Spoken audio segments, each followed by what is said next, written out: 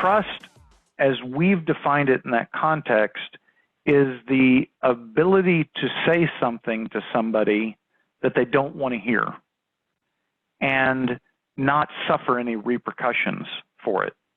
Hi, my name is Andre Chandra, founder and CEO of Propelo Media. Leaders rise up in challenging times.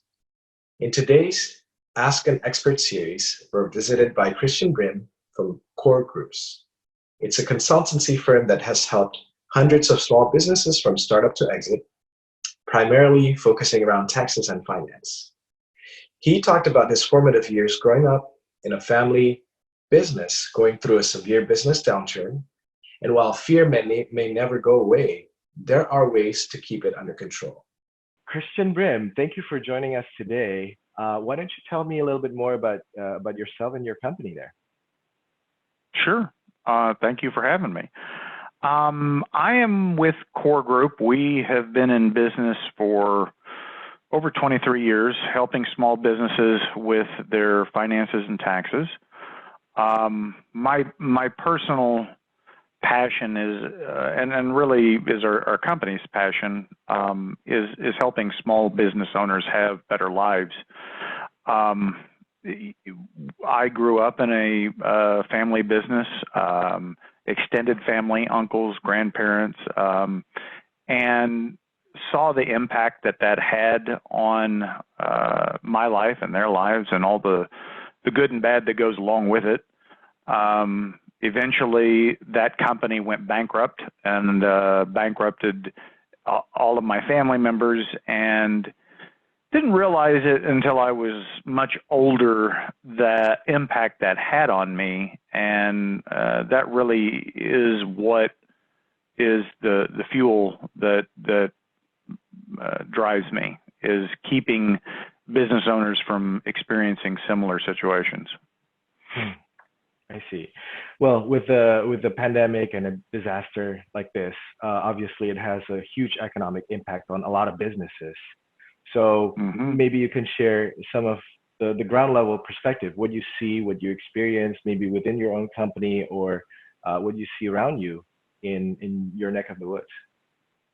Sure.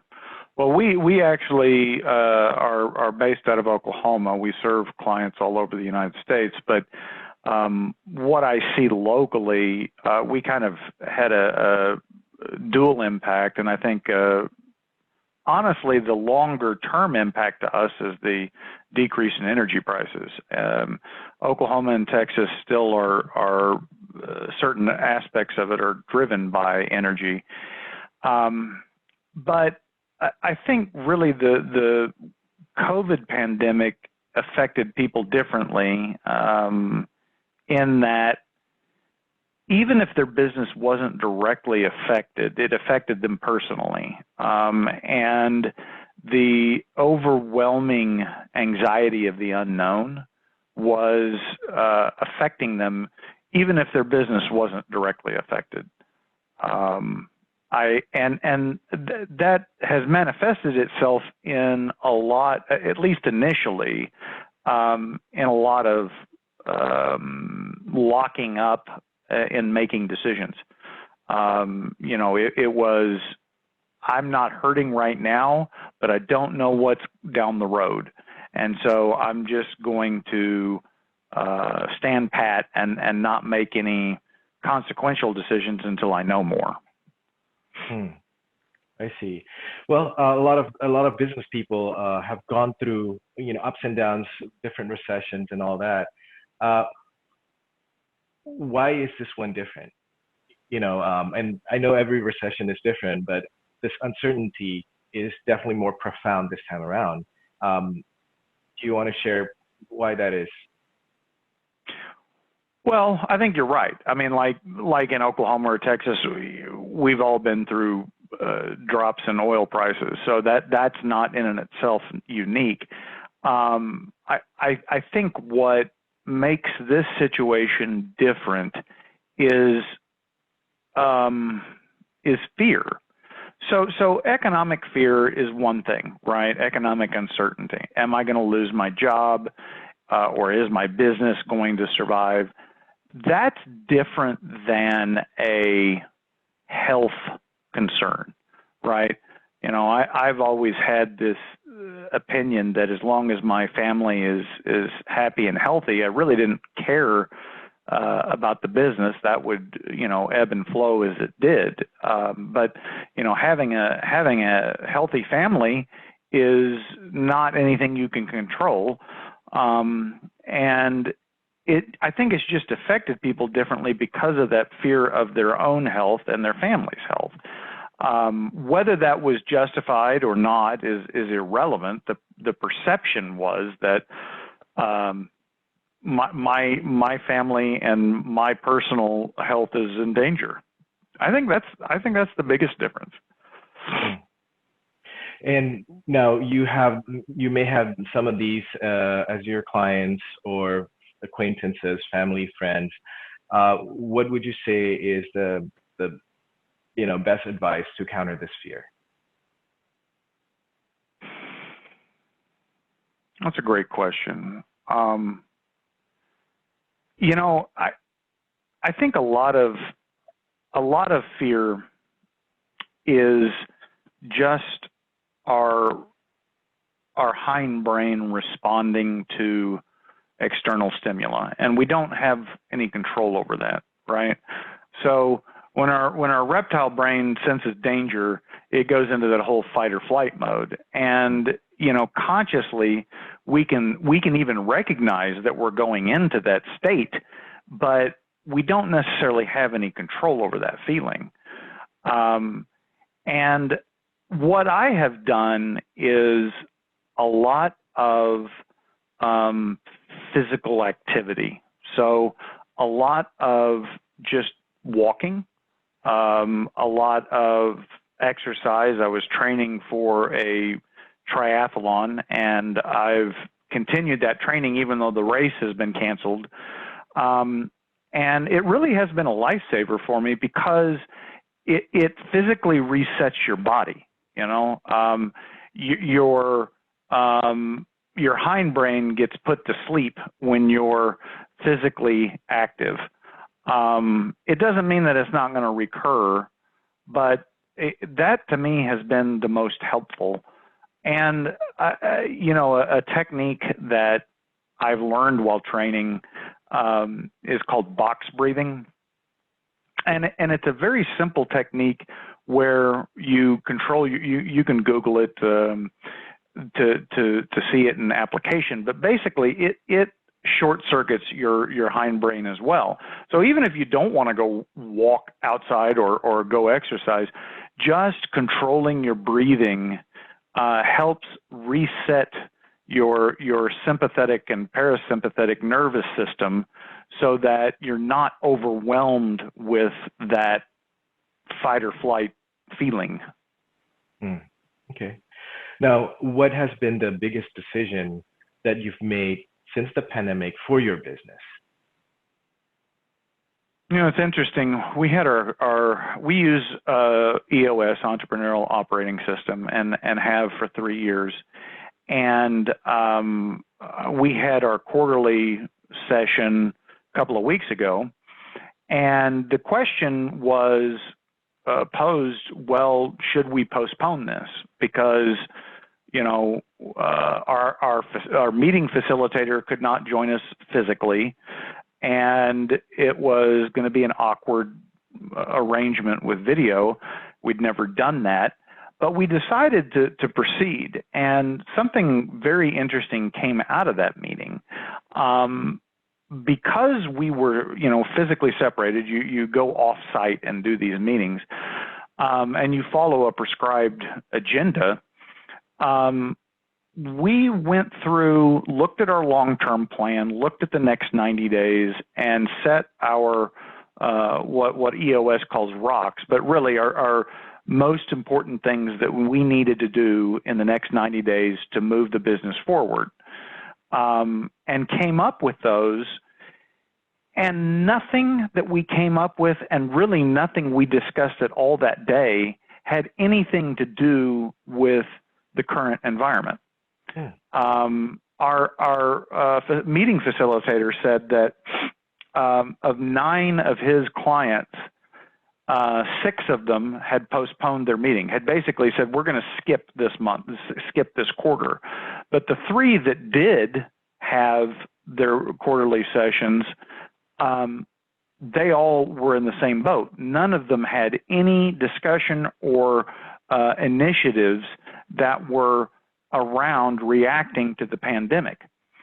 And I think that that's really where ideally you want to be as a small business owner, is acting proactively and strategically rather than reactively and negative, or tactically, not negative. So, you know, most business owners, most people kind of go through life reacting to things.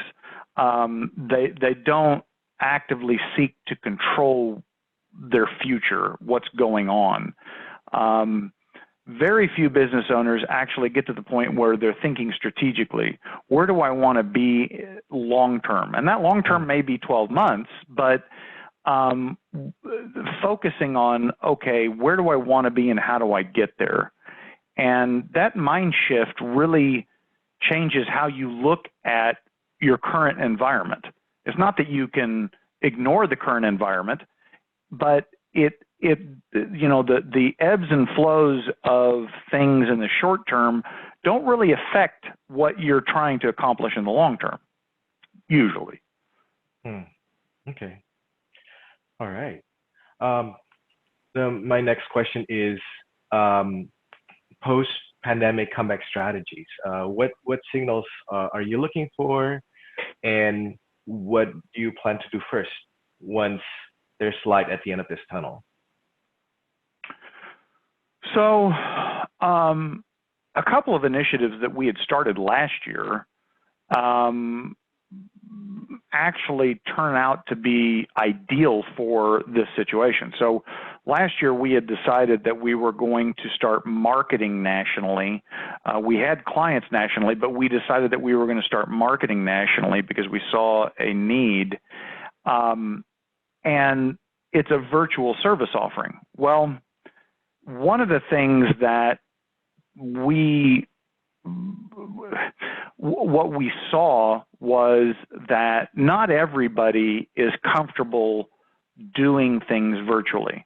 The idea of seeing professionals from virtually, like telemedicine, they're getting more traction, but there's still a large amount of the population that is not necessarily comfortable with that. Well, this pandemic comes in and everybody's forced to work remotely, and all of a sudden people that had never done Zoom conferences are now Zoom experts, right? And so it actually fits into what we're trying to do very, very well. And I think that there are going to be some permanent changes from this in people's behavior. Some of it will be driven by, I never did a Zoom meeting, but now I've done it. I see it's really valuable, or it could work in more situations. And so some of it is going to be around people being forced to change their behaviors, and they don't want to go back, right? But there are also other behaviors that who can predict? I mean, are people going to be as comfortable in large crowds? Are they going to come back to concert venues and football stadiums? I don't know. But I think coming into it right now, having that mindset of looking for how are things changing? What are people going back to? What are they not going back to? And trying to take advantage of those situations, because there are going to be a lot of opportunities, because a lot of businesses won't adapt. They'll say, well, you know, I want to do it the way I was doing it, but the customer's not. They're not willing to do it that way anymore. So being adaptive to what their changes are is going to be critical. spoken like a true entrepreneur. You look for opportunities when there are big changes in the environment. Well, and the other thing is, ours is B2B, and that is distinctly different than B2C. But from a business to business standpoint and a marketing standpoint, what I have seen in the last 30 days is, sales and marketing is emotion driven, right? And what we're seeing in the marketplace, right or wrong, good or bad, is a lot of emotion, right? And so I think it gives people a great opportunity to talk about what they do and how they do it, because people are looking where they weren't looking before. You know what I'm saying? It's kind of shaken everybody up. Their whole reality has been turned upside down. And because of that, they're willing to look at doing things differently. All right. Now, Christian, is there anything that I haven't asked that you'd like to share?